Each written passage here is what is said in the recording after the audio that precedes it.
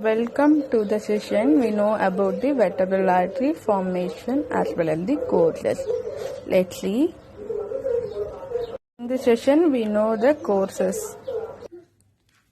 Today we are going to know about the vertebral artery. Before know about the vertebral artery, first we should know about the bony counterpart, that is the vertebra. In the cervical region, totally we have the C1 to C7 cervical vertebra. Totally 7 cervical vertebra. Out of 7, 3 are atypical. The vertebral artery will passes all the 7 cervical vertebra. First you have to know about the parts of the vertebra. This is the body, this is the transverse process, this is the spinous process. In the transverse process you can able to see the foramen, that is the foramen transversorium. It is give the passage for the vertebral artery. It gives the passage for the vertebral artery. So the vertebral artery passes from the origin to the C1 to C7 cervical vertebrae. Okay, now we are going to know about the course as well as the parts of the course and parts of the vertebral artery. Vertebral artery get origin from the subclavian artery. Subclavian artery is the one of the branch of gives, that is the vertebral artery.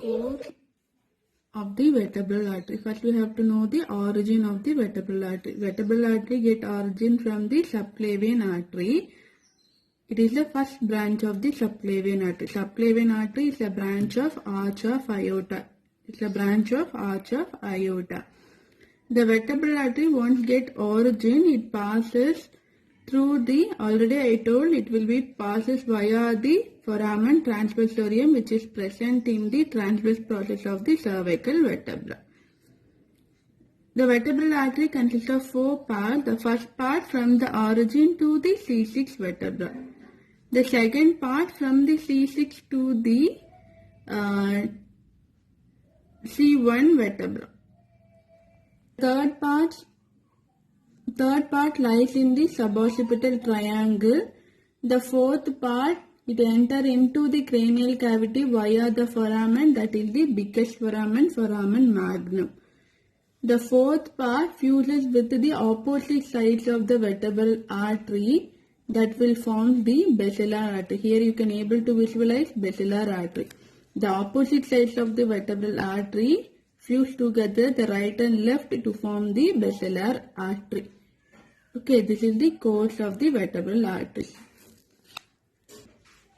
Next we will see what are the branches associated within the vertebral artery. In the first branch you can able to see the 2 important branches. One is the muscular branch, one more is the intervertebral branch. Intervertebral branch, between the vertebra you can able to see the intervertebral disc. Intervertebral disc get the blood supply from the first part of the vertebral artery, and as well as it gives the blood supply to the opposite sides of the vertebra. You can able to see the one of the muscle that we used to call the scalenus longus muscle, that get blood supply from the first part. There are the first part contain 2 branches. One will be the intervertebral branch, one more will be the muscular branch that supply to the scalenus anterior muscle.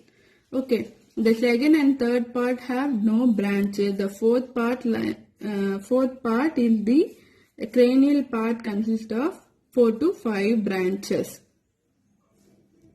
The fourth part, the branches are anterior spinal artery, posterior spinal artery, medullary artery, meningeal artery, as well as the posterior inferior cerebellar artery.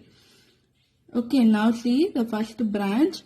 This is the vertebral artery, right side, left side fused together to form the basilar artery. Further it continues to form the circular fillet, that is the base of the brain blood supply. Now see the blood supply of the branches of the fourth.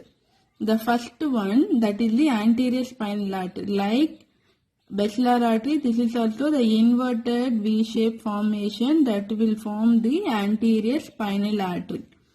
The vertebral artery, the either side of the vertebral artery contain two minute branches. One is the medullary branch, one is the meningeal branch.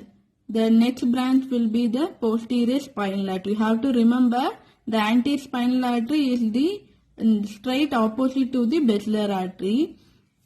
The posterior spinal artery is the branch from the vertebral artery, straight branch from the vertebral artery. And the largest branch of the fourth part, that is the posterior inferior cerebellar artery. This is the branches of the vertebral artery. The first part as well as the fourth part contains branches. Remaining part, they don't have any branches.